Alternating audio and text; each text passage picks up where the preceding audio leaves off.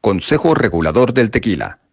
Cuidar el tequila es responsabilidad de todos. Presenta.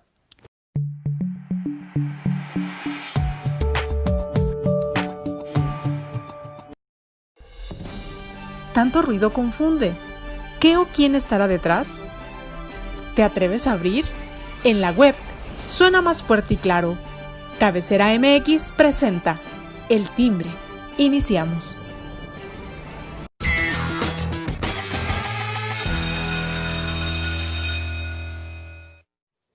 Muy buen día tengan todos ustedes, ya estamos aquí en El Timbre hoy como todos los miércoles, me da mucho gusto saludarle y sobre todo que nos acompañe en este día, miércoles ya, pues media semana, y qué bueno que está con nosotros. Le invito a que se ponga en contacto con nosotros a través de las redes sociales de Cabecera MX, que están en el Twitter, están en Facebook y estamos en el canal de YouTube, donde pues transmitimos todo esto que preparamos con mucho gusto para usted. Y saludo como todos los días a mis compañeros. Gabriel Torres, ¿cómo estás?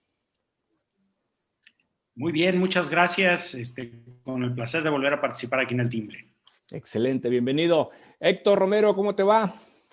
Hola, buenos días a mis compañeros y buenos días al auditorio. Excelente. Y la no menos importante, Surya, ¿cómo estás? Qué gusto saludarte. Hola Alberto, muy bien, muchas gracias. Muy buenos días para todos. Qué bueno, qué gusto que estén ya con nosotros activos.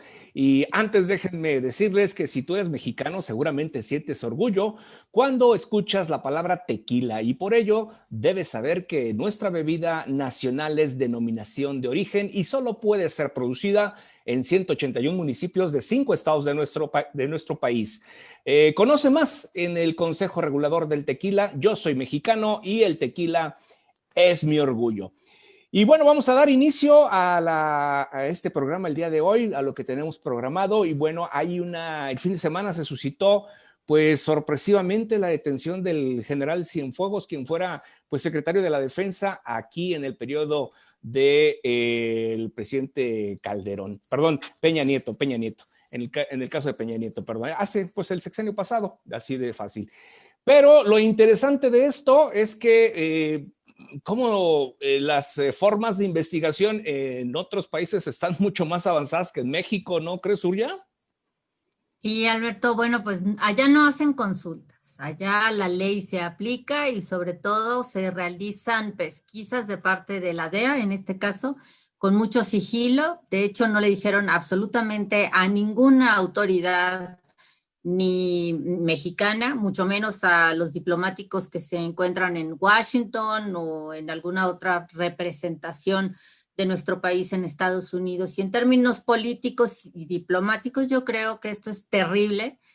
Nos deja al nivel de Manuel Noriega, cuando después del golpe de Estado que da una invasión que da Estados Unidos en los años 90, en Panamá se lo llevan para juzgarlo como narcotraficante.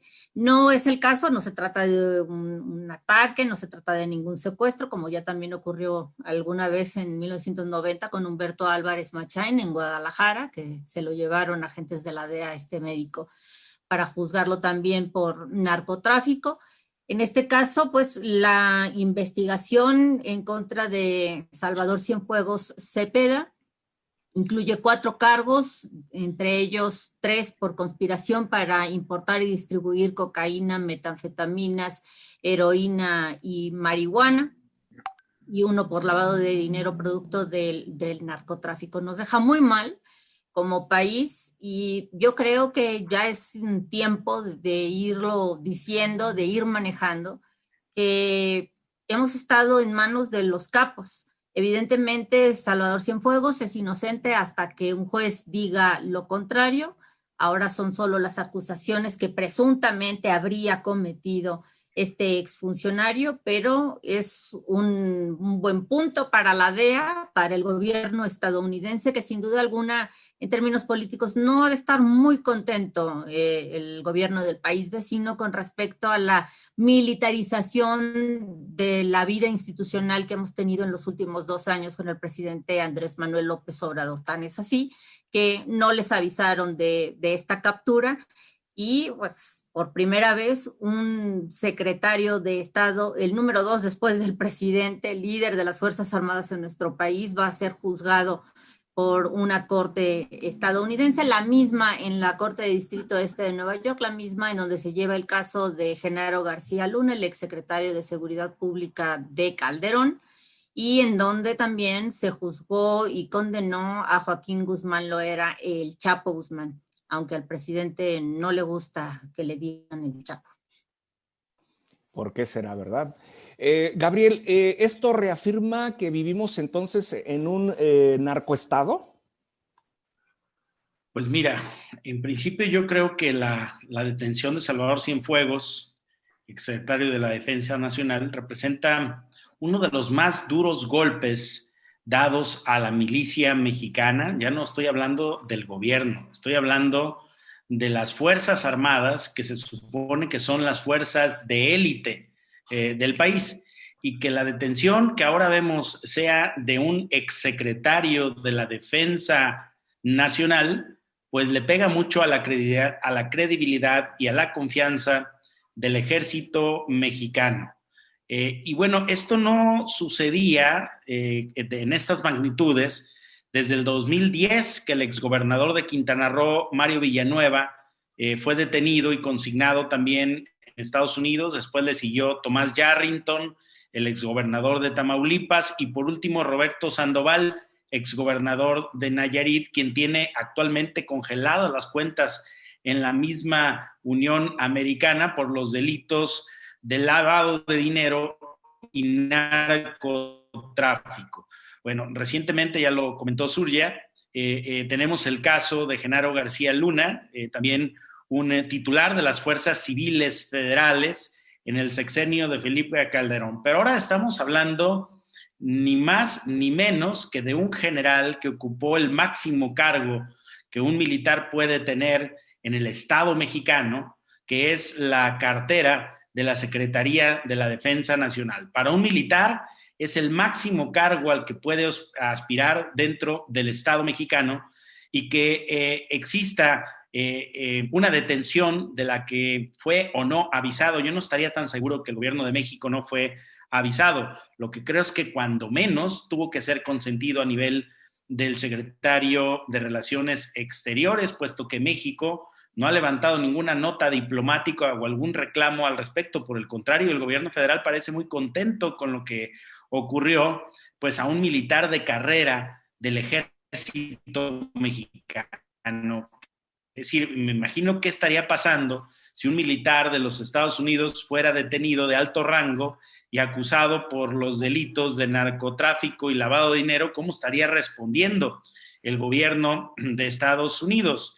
Pero bien, lo que queda claro es que ante los insultantes niveles de impunidad que se registran en nuestro país, es claro que los peces gordos, sean militares o civiles, terminan siendo solo juzgados por la justicia en los Estados Unidos.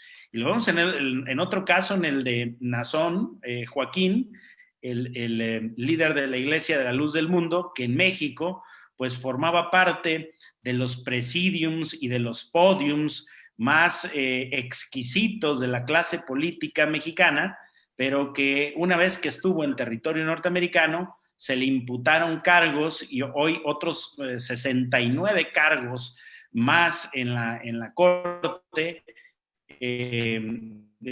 por la Fiscalía, debido a que el peso de la justicia en Estados Unidos está. Lo que vemos es que incluso el gobierno de la Cuarta Transformación e incluso los gobiernos locales que no son del mismo partido del presidente Peña Nieto, todos prácticamente celebran la detención de un militar de alto rango en Estados Unidos acusado de lavado de dinero y narcotráfico, como si la responsabilidad de impartir justicia fuera de las autoridades mexicanas sobre ahora el ejército, nada menos que el ejército. Estamos sumamente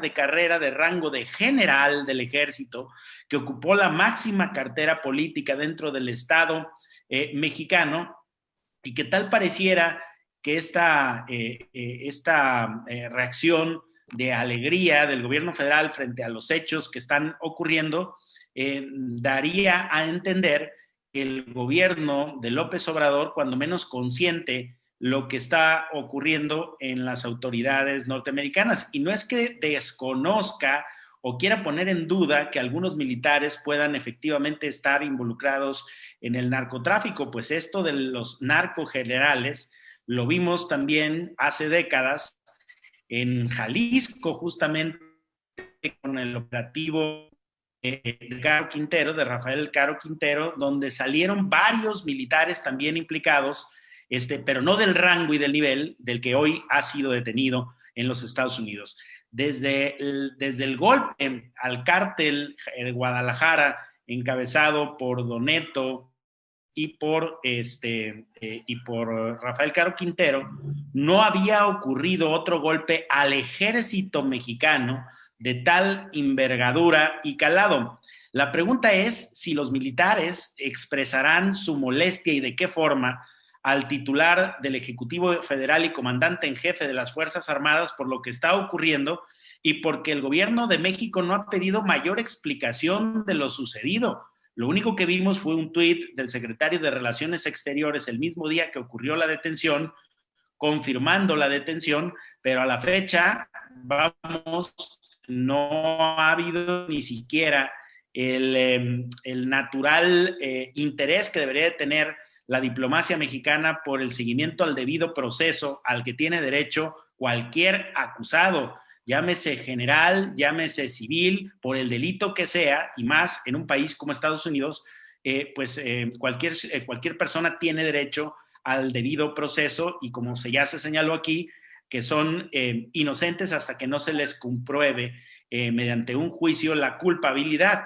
Y bueno, cuando menos estas precauciones yo no las he visto planteadas con el rigor, con el aplomo, con la fuerza que debería de estar haciendo el gobierno de México, y más bien lo que se advierte o el tufo que despide esta circunstancia, pues es el de cierto regocijo, porque creen que a los únicos involucrados en este escándalo serían los que integraron el anterior gobierno y no precisamente el Ejército Constitucional Mexicano, que es el que está saliendo vapuleado en este momento por un escándalo de talla internacional que, vamos, no ocurre ni siquiera en Venezuela lo que le está pasando en este momento a México. Héctor, esto realmente pues fue una entrega. ¿El gobierno realmente no sabría de esta investigación sobre el general Cienfuegos? Mira, han surgido diversas versiones. El mismo presidente se contradice cuando de repente dice que hace meses ya había una investigación, y por otro lado dice, creo que en días pasados la embajadora de México en Washington me comentó algo de esto, pero pues como no le di importancia. Para mí esto es un tema, y coincido con Gabriel, coincido con Surya, pero en realidad yo lo veo desde el punto de vista electoral, y creo que es un gran triunfo que está utilizando el presidente del país vecino para levantar un poquito su caída a votación. Necesitaba un golpe espectacular de esta naturaleza. No me atrevo a dar una opinión jurídica al respecto, porque me gustaría conocer un poquito más las pruebas. Pero si en realidad las pruebas que tiene la DEA son simplemente unas declaraciones de un testigo protegido, pues yo no le daría mucha importancia y diría que el general va a salir libre. La verdad es que el general ya se había puesto a alguien incómodo para el presidente de la República.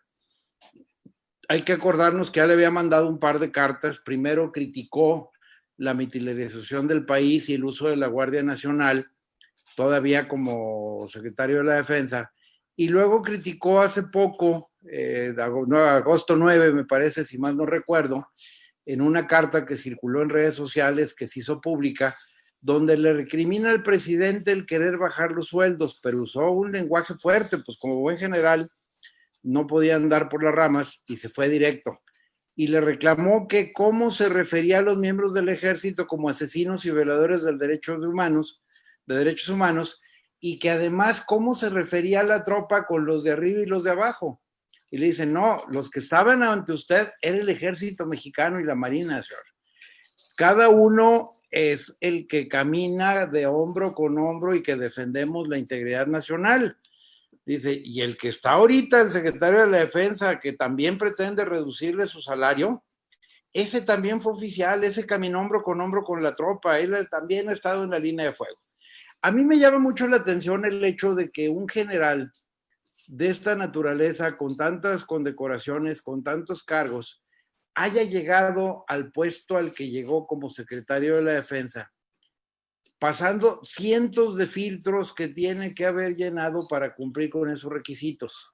Yo no la compro que de la noche a la mañana alguien que lo vio en la televisión dijera, ah, mira, ese es el padrino, ese es el que nos proveía de la droga y todo.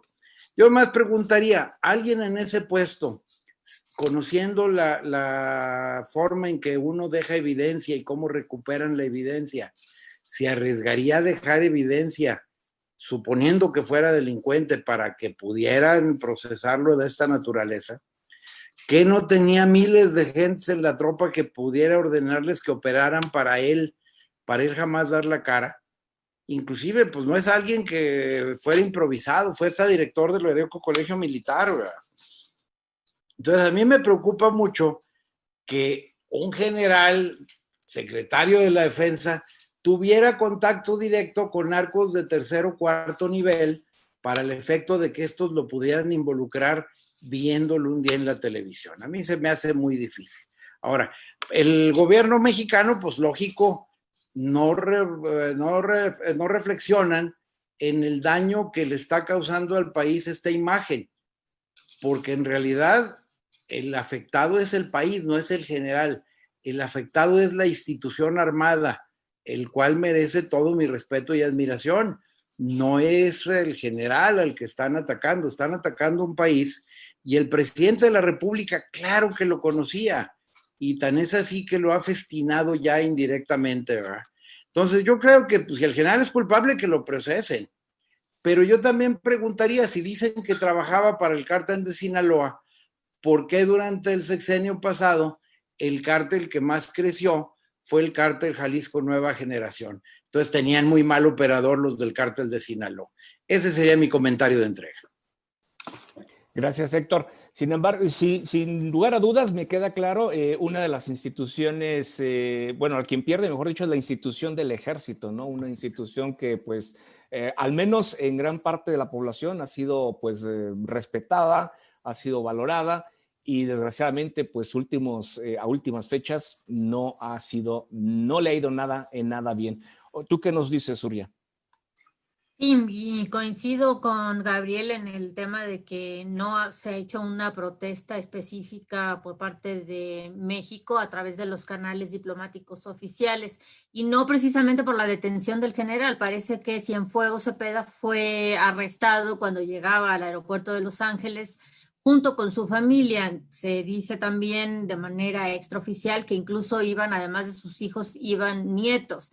Y estos también todos en conjunto fueron detenidos por varias horas cuando no existía ninguna orden de arresto en su contra, y cuando en realidad ellos no estaban siendo investigados ni perseguidos por las autoridades de Estados Unidos. Realmente México debió de haber protestado, si no por el general, al menos por sus familiares que no tienen nada que ver en la investigación, y enviar una nota diplomática reclamando al gobierno estadounidense por ese maltrato a personas que no tienen nada que ver en este caso. Realmente deja mucho que desear en la diplomacia mexicana al no hacer uso de estos canales que son normales y que es adecuado que se utilicen, sobre todo cuando se trata de defender a ciudadanos mexicanos que no están ni siquiera investigados, como podría ser toda la familia de Cienfuegos.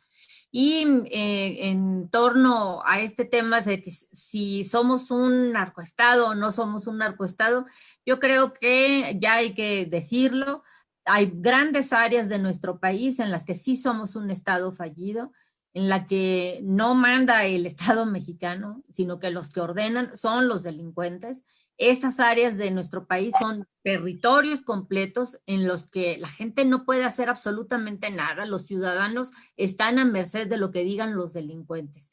Y eso, digo, ya se los ganó el terreno, se los ganaron el crimen organizado a las autoridades mexicanas, y parece que en esta administración no tiene la menor intención de que eso cambie, porque desde que inició López Obrador con el asunto de que abrazos y no balazos, hay que analizar que, por ejemplo, han disminuido los decomisos de droga. No se están realizando operativos como se realizaban en contra del narcotráfico en las dos administraciones anteriores.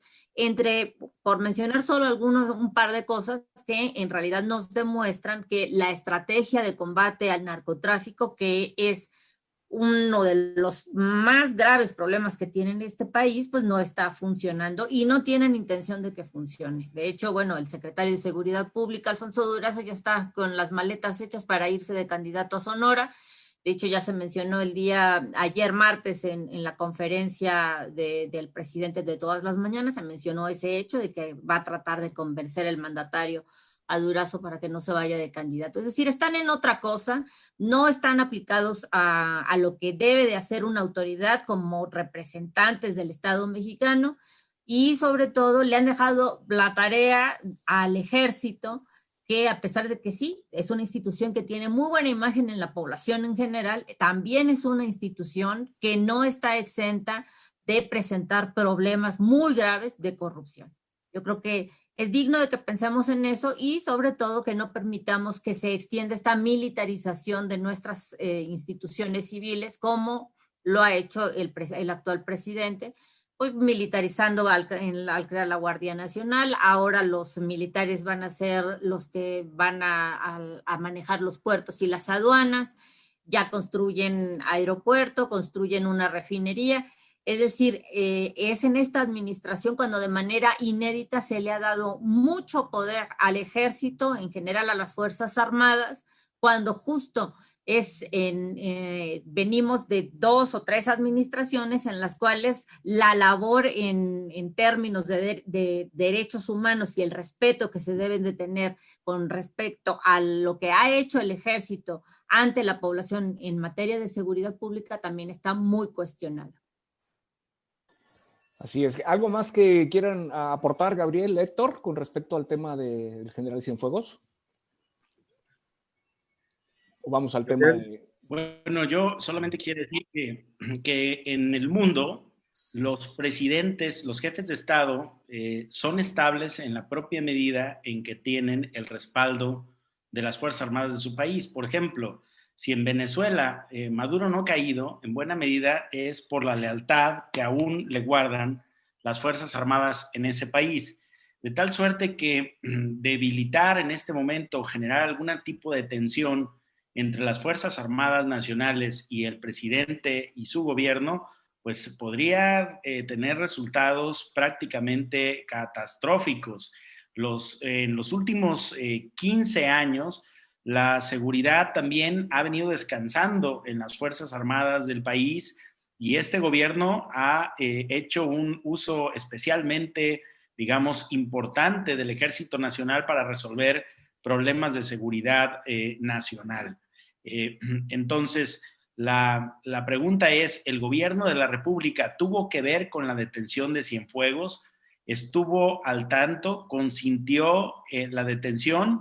Y si es así, me parece que el comandante supremo de las Fuerzas Armadas del país pues tendrá que establecer un buen diálogo con la milicia y ver que la milicia en los siguientes semanas y meses, pues cuál será la postura que van a tomar los militares de México frente a esto que está ocurriendo y que puede estar sentando un muy mal precedente para las relaciones entre el ejército mexicano y el gobierno. Fíjense el efecto que va a provocar el hecho de que no estuviera bien sustentada la acusación en los Estados Unidos. Lo único que pasaría en aquel país sería que le dijeran a Cienfuegos, ay, usted disculpe, nuestro testigo sembrado no funcionó bien y no lo pudimos procesar. pero imagínense el golpe político a nivel de institución y de población en México, el hecho de que esta averiguación de la DEA no esté debidamente sustentada y ahora que pierda Trump la elección en Estados Unidos salga libre sin fuegos. Se las dejo de tarea. Héctor, nada más puntualízame, ¿esto le beneficia a Trump en su carrera de reelección y también le beneficia a AMLO? Por supuesto que les viene a beneficiar a los dos. Fíjate que desgraciadamente AMLO ha venido criticando al ejército, lo ha atacado, lo ha menospreciado.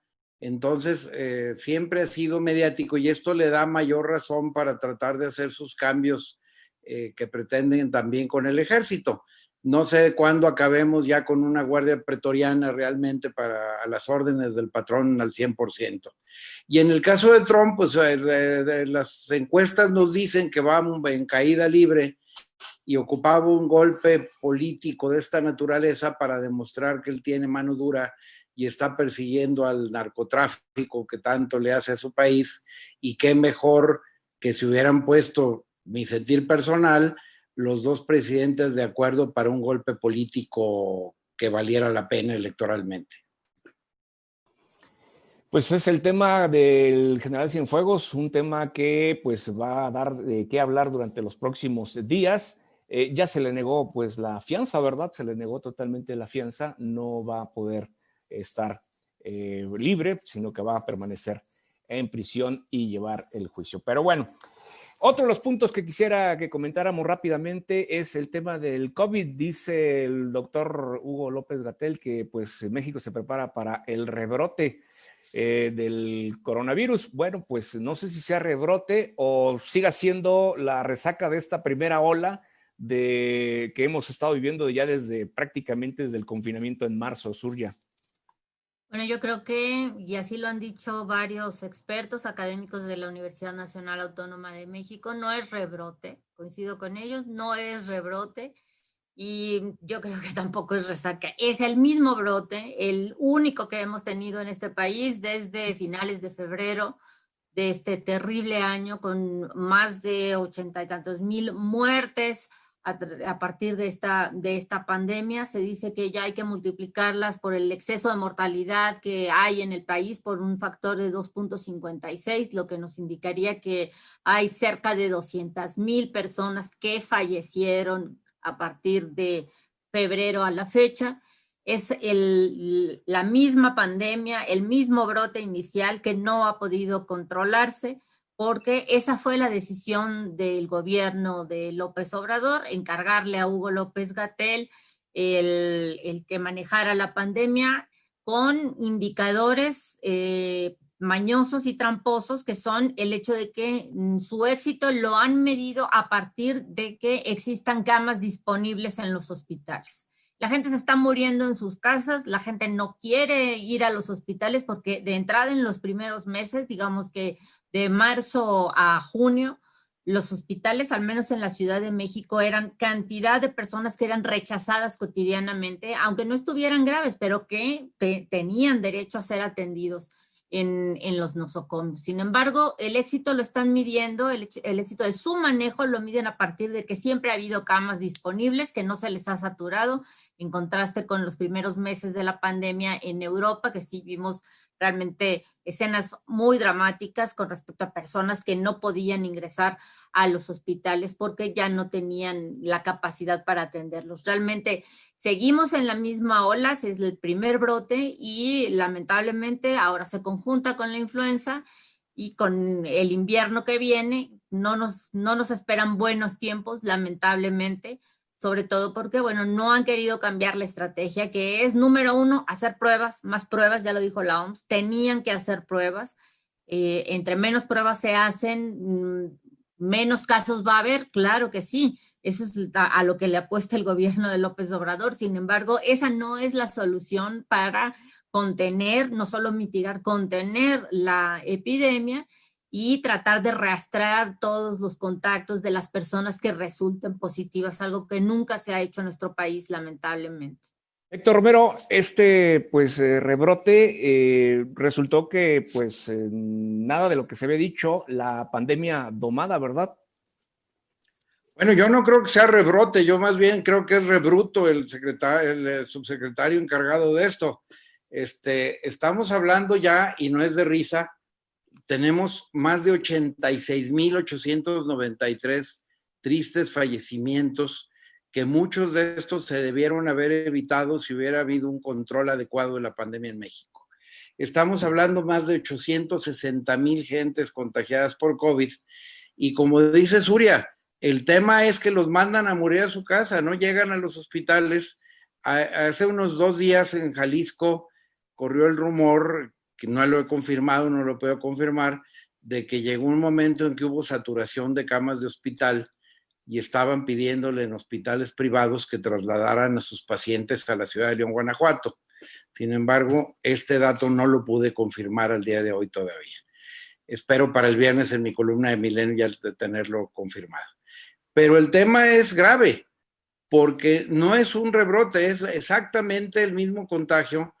La verdad, ni las autoridades están haciendo lo que les corresponde, pero nosotros como sociedad menos estamos haciendo lo que nos corresponde. Es una responsabilidad lamentablemente compartida, porque todavía salimos a la calle, vemos ya a la gente normal sin cubrebocas, ya hay restaurantes donde ya ni siquiera te toman la temperatura, no te piden que te pongas gel en las manos. A mí me alarmó mucho esto, verlo en un restaurante de un hotel de 5 estrellas, que pues cómo iban a molestar a los comensales con tomarles la temperatura. Y le pregunté al capitán por qué, y dice, no, pues es que la gente que viene aquí, pues yo creo que la gente que va ahí ya está vacunada, o por qué no le toman la temperatura y hacen eso, ¿verdad? Pero sales a los supermercados, sales a la calle y la gente ya anda como si no existiera la pandemia. Los bares siguen abriendo. Guadalajara es un caso lamentable. Este fin de semana le bajaron un poquito, pero el municipio de Guadalajara es terrible permitir que los bares abran, sobre todo la zona de Chapultepec. Algunas cantinas muy reconocidas por su cercanía con el gobierno de MC, donde les están permitiendo abrir en Guadalajara sin ninguna restricción a los chavos. Y pasas y ves los bares retacados de gente, funerarias también ya están abriendo, y por eso yo he criticado mucho al municipio de Guadalajara en que no tomó las mismas decisiones adecuadas que tomó Zapopan al respecto, para evitar, cuando menos que en su municipio, la diseminación del virus sea menor. Entonces yo creo que es una situación grave, todos tenemos la culpa, y lo que va a pasar tarde o temprano, y yo ya lo veo cada día más cercano, es que el gobernador se vea forzado contra su voluntad y contra la voluntad de los empresarios a picar el botón rojo y tengamos que parar al menos parcialmente las actividades en el estado. Y es una época sumamente compleja, ¿no? Porque es una época en la que hay mucho comercio, el comercio predomina en esta época de fin de año, y eso pues va a ser bastante difícil que se tome la decisión de ese botonazo. ¿Tú qué nos dices, Gabriel? Adelante, adelante. Sí, bueno, yo quisiera hablar más que de lo del ámbito nacional, que de alguna manera ya lo abordaron. Quisiera referirme al ámbito de lo local. Jalisco fue de los primeros estados en hacer obligatorio el uso del cubreboca, fue de los primeros estados en tomar medidas de restricción, pero lamentablemente se tomó muy en serio la pandemia entre abril y parte de mayo, y ahora que estamos en el pico más alto de contagios, pues ahora parece ser que las autoridades han relajado absolutamente las medidas, absolutamente todo está abierto, incluso los cines, y hemos llegado a un despropósito en este falso dilema de si salvar la economía o salvar las vidas. Es que sin vida no hay economía.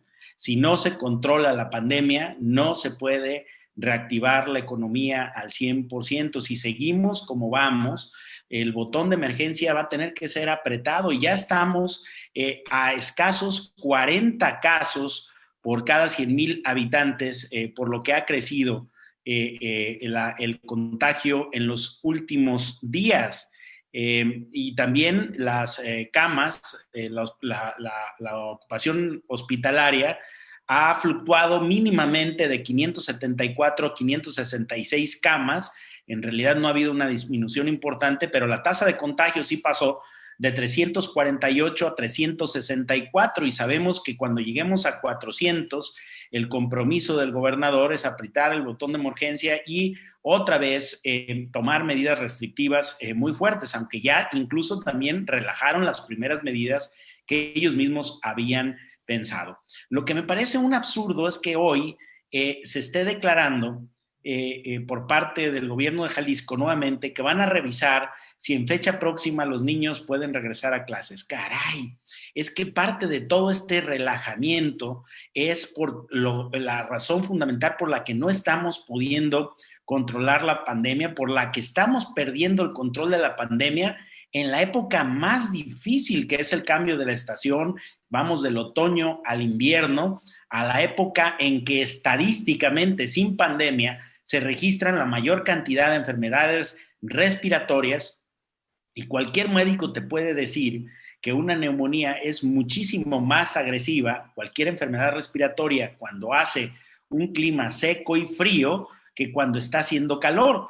De forma que hoy que debemos de ser muchísimo más cuidadosos, lo que hemos venido haciendo es relajando.